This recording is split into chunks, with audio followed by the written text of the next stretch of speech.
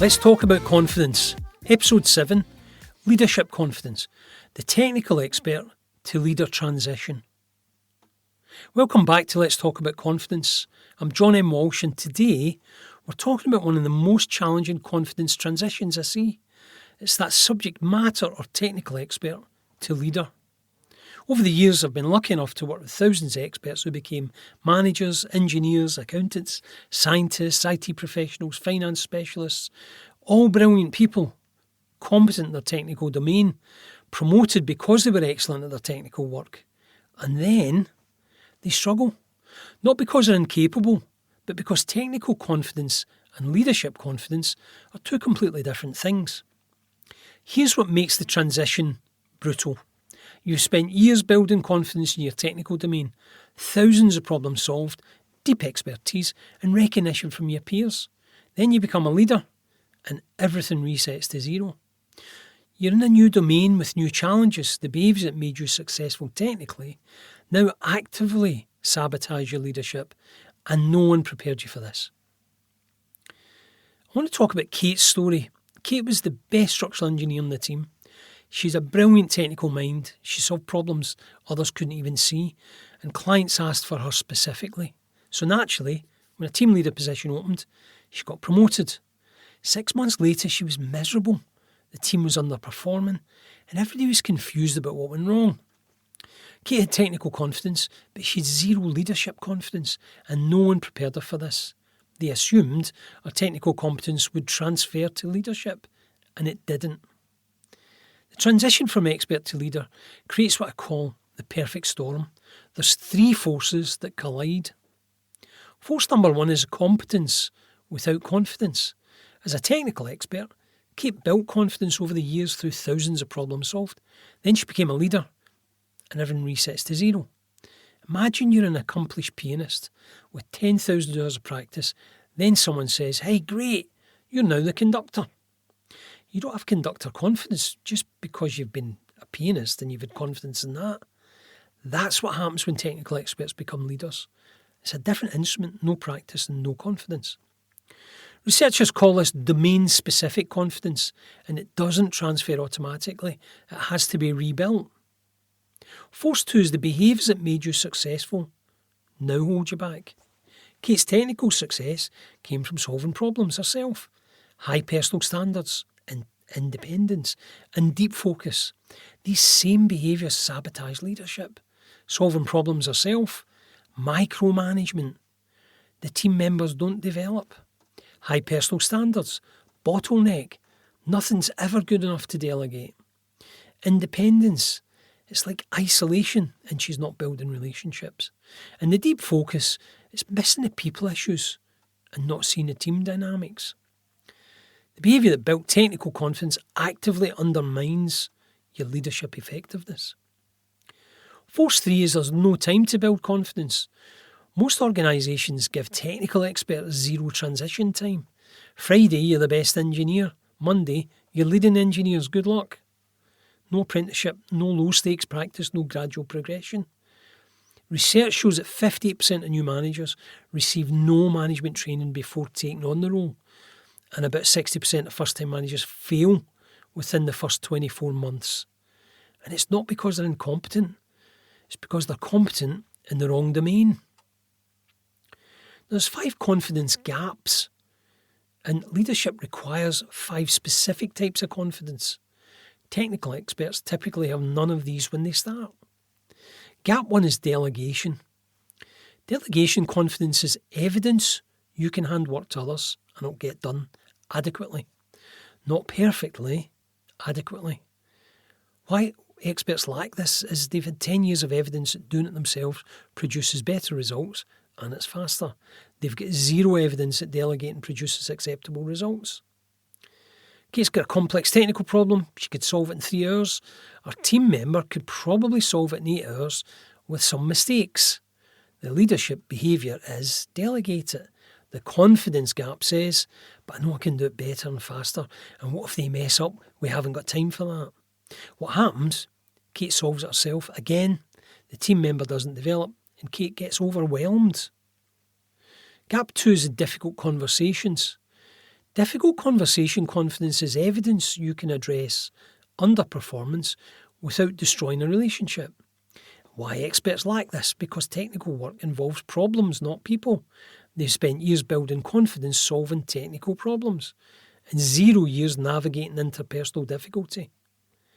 Team member consistently missing deadlines impacts the whole team. The leadership behaviour, have a direct conversation. The confidence gap, what if they get defensive? What if they quit? So what happens? Kate drops hints, hopes they'll improve, but the problem just continues. Gap 3 is decisions under uncertainty. Decision confidence is evidence you can decide without certainty and adjust if it's wrong. And why experts lack this is technical decisions have right answers. You gather data until you're certain. Leadership decisions don't have right answers. You decide with incomplete information. Client requesting a scope change, incomplete information, there's no clear right answer. The leadership behaviour, make the call and adjust it if you need it. The confidence gap, but I don't have enough data. Shouldn't we analyse this more? What happens? Kate gathers more data, schedules meetings, delays decisions, client gets frustrated. Gap 4, not having all the answers. I don't know confidence is evidence you can admit uncertainty without undermining your authority. And again, why experts lack this is technical credibility comes from having answers. They've built their career on being the smartest person in the room, technically. Team member asks Kate about organisational politics. Kate's no idea. The leadership behaviour, I don't know, but let's figure it out together. The confidence gap, if I admit I don't know, they won't respect me. What happens? Kate fakes an answer or deflects. Team member doesn't get help. Kate feels like a fraud. Gap 5 is trust in the team. Trust confidence is evidence the team can succeed without your constant involvement. Why experts lack this? Their confidence is based on their own capability. They have no evidence the team is capable. Kate assigns work but then hovers, checks work multiple times, redoes parts she's not satisfied with. The leadership behaviours give ownership and trust the team to deliver. The confidence gap, if I don't oversee it closely, it won't get done right. What happens? Team members feel micromanaged, they lose motivation, and they stop taking the initiative. These aren't skill gaps. Kate knows theoretically how to delegate, how to have difficult conversations, how to make decisions, how to say, I don't know and trust. She's been through management training. She's read the books. But understanding the concepts doesn't give you the confidence to execute them under pressure. They're confidence gaps, not knowledge gaps. And confidence gaps are only closed through one method only: accumulated evidence through repeated practice. Building the leadership confidence, we're going to look at a 6-month framework.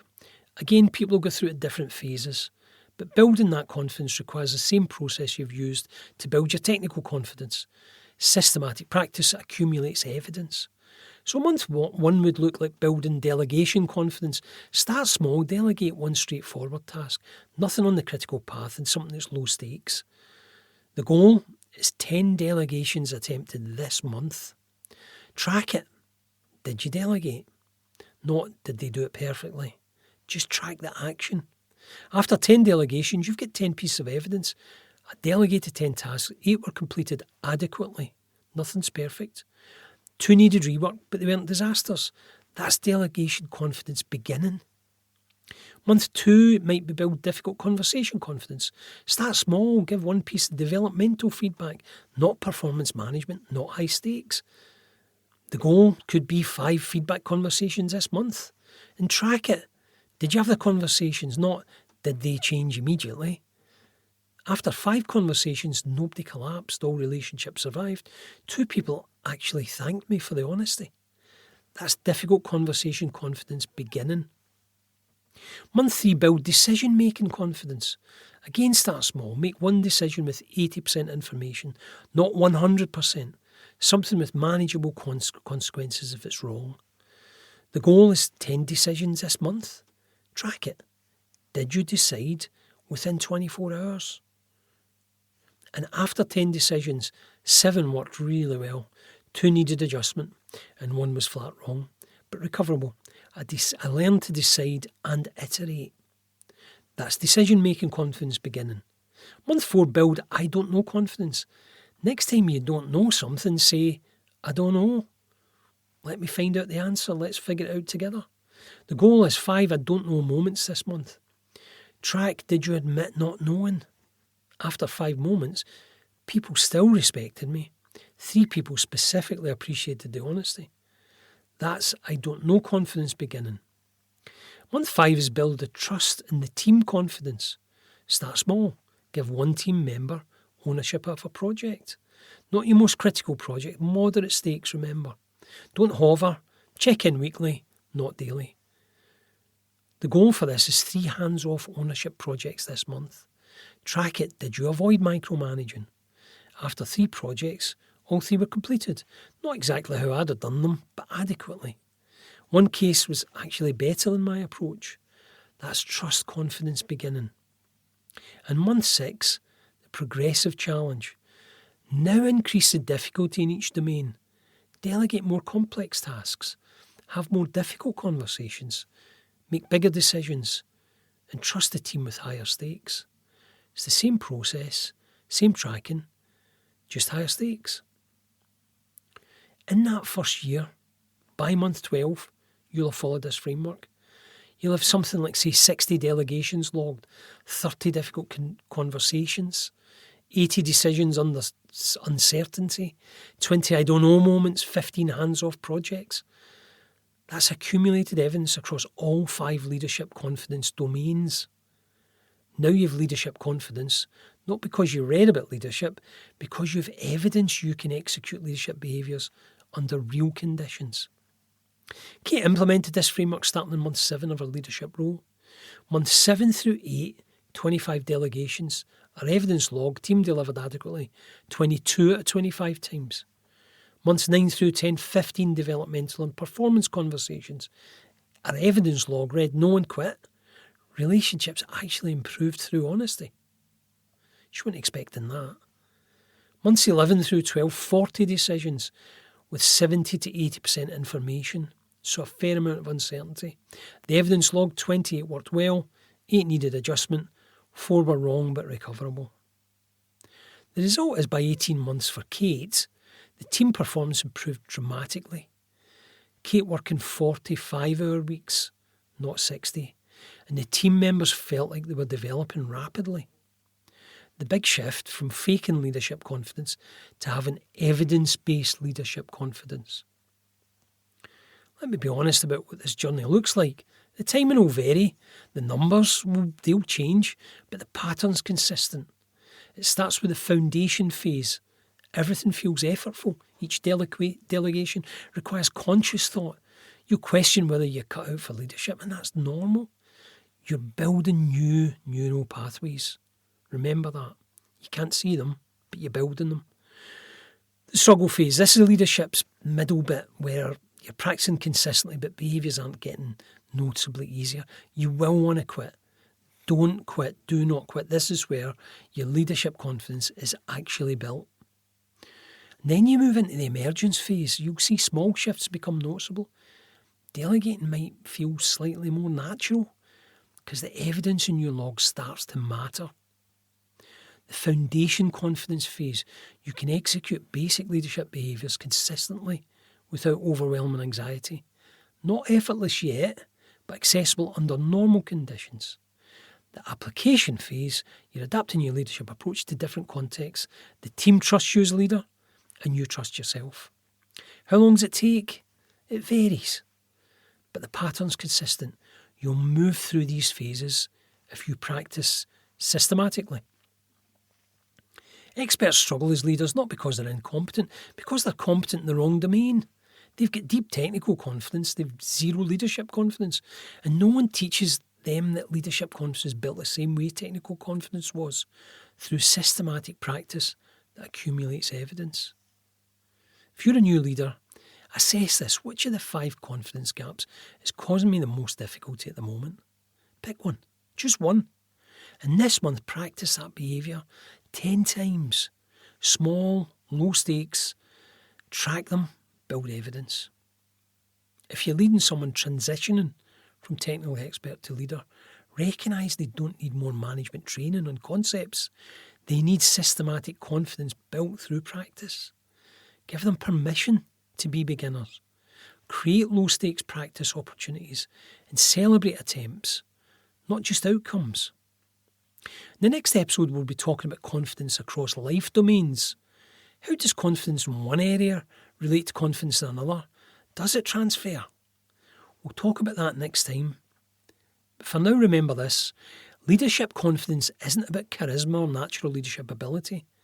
It's about systematic practice, building evidence in 5 critical domains, one attempt at a time, one piece of evidence at a time, one domain at a time. That's how technical experts become confident leaders. I'm John M. Walsh. This is Let's Talk About Confidence, and I'll see you in episode 8.